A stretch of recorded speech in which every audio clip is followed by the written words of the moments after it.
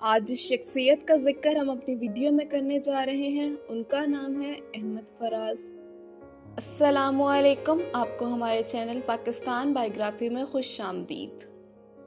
मोहब्बत उन दिनों की बात है फराज, जब लोग सच्चे और मकान कच्चे थे। सैयद अहमद शाह, जो अपने कलमी नाम अहमद फराज से मशहूर हैं, एक उर्दू शायर, स्क्रिप्ट राइटर और पाकिस्तान एकेडमी ऑफ लेटर्स के बानी, डायरेक्टर जनरल, बाद में चेयरमैन बने। उन्होंने फराज के नाम से अपनी शायरी लिखी। उन्होंने मुल्क में फौजी हुक्मरानी और बगावत पर तनकीद की।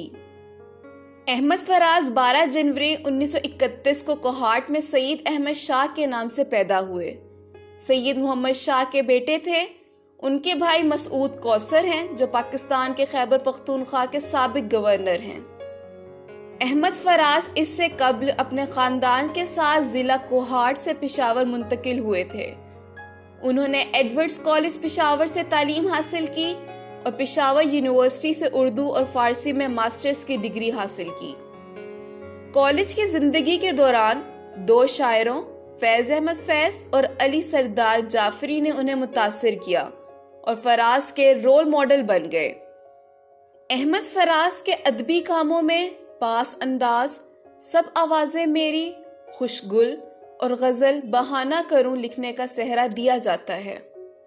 मेहदी हसन, नूर जहां और गुलाम अली जैसे गुलकारों ने अपनी फिल्मों और लाइव कॉन्सर्ट्स में उनकी गज़लें गाकर उनकी शायरी को बेहद मकबूल किया। अहमद फराज ने इस्लामाबाद, पाकिस्तान में नेशनल बुक फाउंडेशन के चेयरमैन के तौर पर खिदमात अंजाम दी। अहमद फराज को जनरल ज़ियाउल हक के दौर में पाकिस्तान में फौजी हुक्मरानों पर तनकीद करने वाली नज़में लिखने पर गिरफ्तार किया गया था। इस गिरफ्तारी के बाद वो खुद साख्ता जिला वतनी में चले गए।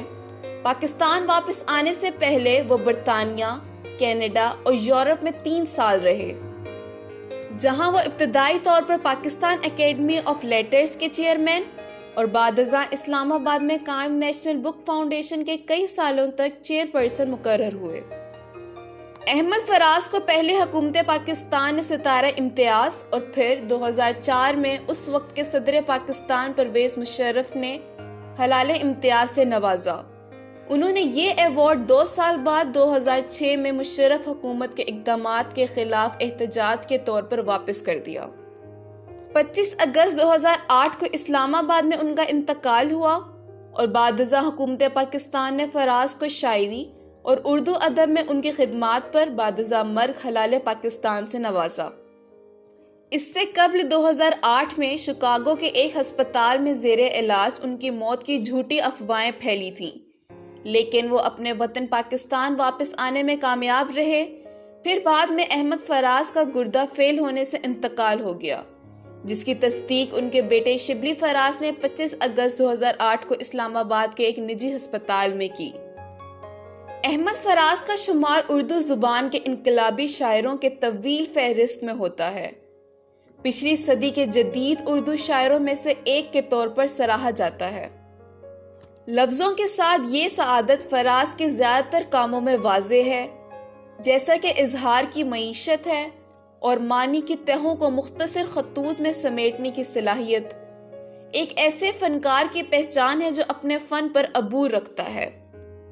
अहमद ने अपने पेशा वराना कैरियर का आगाज़ रेडियो पाकिस्तान में बतौर प्रोड्यूसर किया और बाद में पेशावर के इस्लामिया कॉलेज में बतौर लेक्चरार काम करना शुरू किया।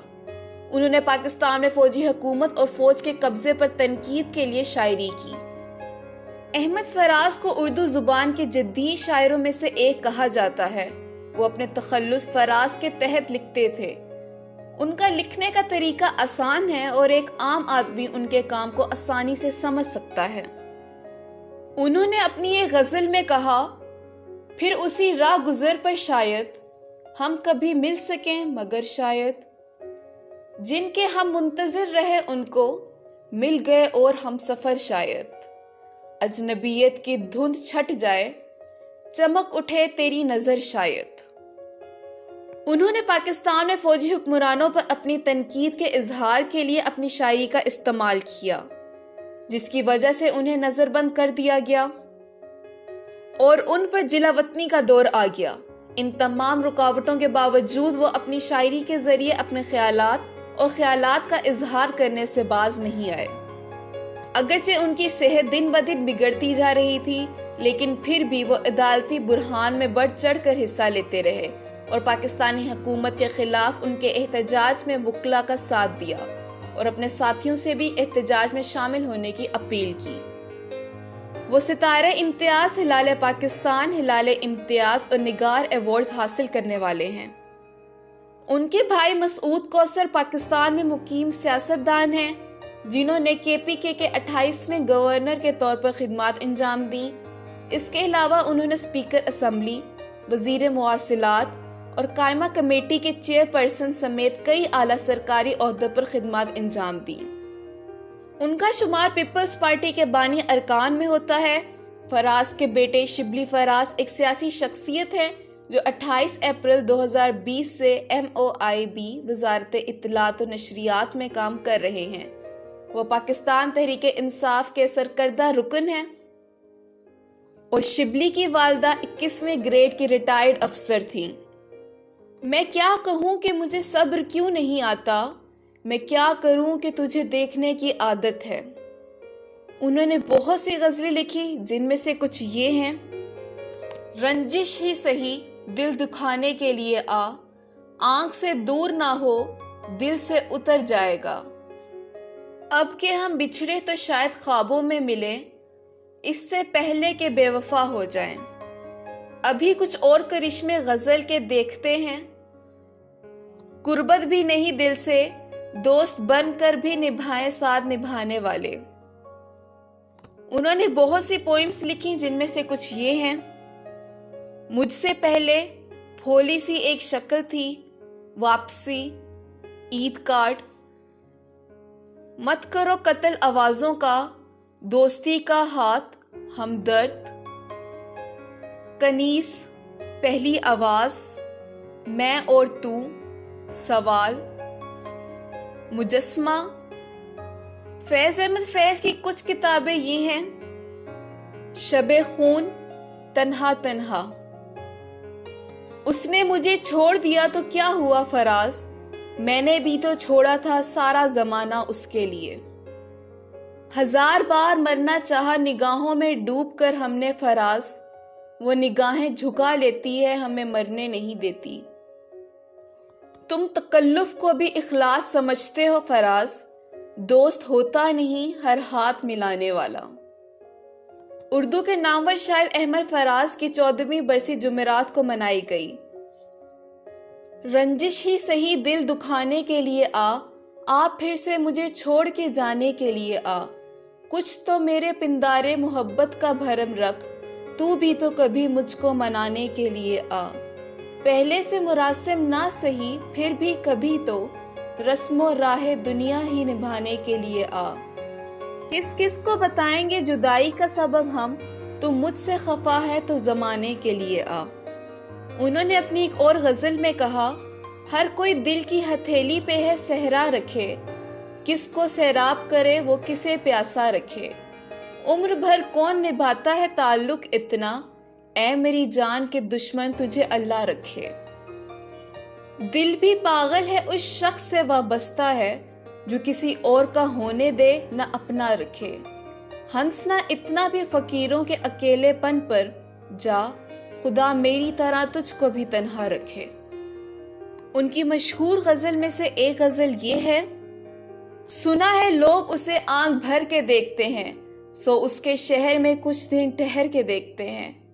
सुना है रब्त है उसको खराब हालों से, सो अपने आप को बर्बाद करके देखते हैं। सुना है बोले तो बातों से फूल झड़ते हैं, ये बात है तो चलो बात करके देखते हैं। सुना है रात उसे चांद तकता रहता है, सितारे बाम फलक से उतर के देखते हैं। सुना है दिन को उसे तितलियां सताती हैं, सुना है रात को जुगनू ठहर के देखते हैं। सुना है लोग उसे आंख भर के देखते हैं, वाह, सो उसके शहर में कुछ दिन ठहर के देखते हैं। बहुत अच्छे।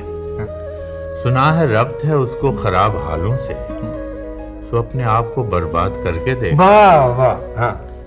सुना है दर्द की गाह के चश्मे नाज उसकी, सो हम भी उसकी गली से गुजर के देखते हैं। सुना है उसको भी है शेर और शायरी से शगफ, सो हम भी मोइज़े अपने हुनर के देखते हैं। बहुत अच्छा। सुना है बोले तो बातों से फूल झड़ते हैं, ये बात है तो चलो बात करके देखते हैं। वाह वाह वाह, ब्यूटीफुली। अच्छा। सुना है बोले तो बातों से फूल झड़ते हैं, ये बात है तो चलो बात करके देखते हैं। सुना है रात उसे चांद तकता रहता है, सितारे बामे फलक से उतर के देखते हैं। सुना है दिन को उसे तितलियां सताती हैं, सुना है दिन को उसे तितलियां सताती हैं। सुना है रात को जुगनू गुजर के देखते हैं। सुना है हश्र हैं उसकी गजाल सी आंखें, सुना है हश्र हैं उसकी गजाल सी आंखें। सुना है उसको हिरन दश्त भर के देखते हैं। सुना है रात से बढ़कर हैं काकुलें उसकी, उसे करीब से साए गुजर के देखते हैं। तो ये थी अहमद फराज की सवाने हयात। मुझे उम्मीद है हमारी बाकी वीडियोस के तरह आपको ये वीडियो भी बहुत पसंद आई होगी। अपना फीडबैक हमें कमेंट्स के ज़रिए देना ना भूलें और हमारी इस वीडियो को लाइक और शेयर ज़रूर कर दें और हमारे चैनल को सब्सक्राइब कर दें। शुक्रिया।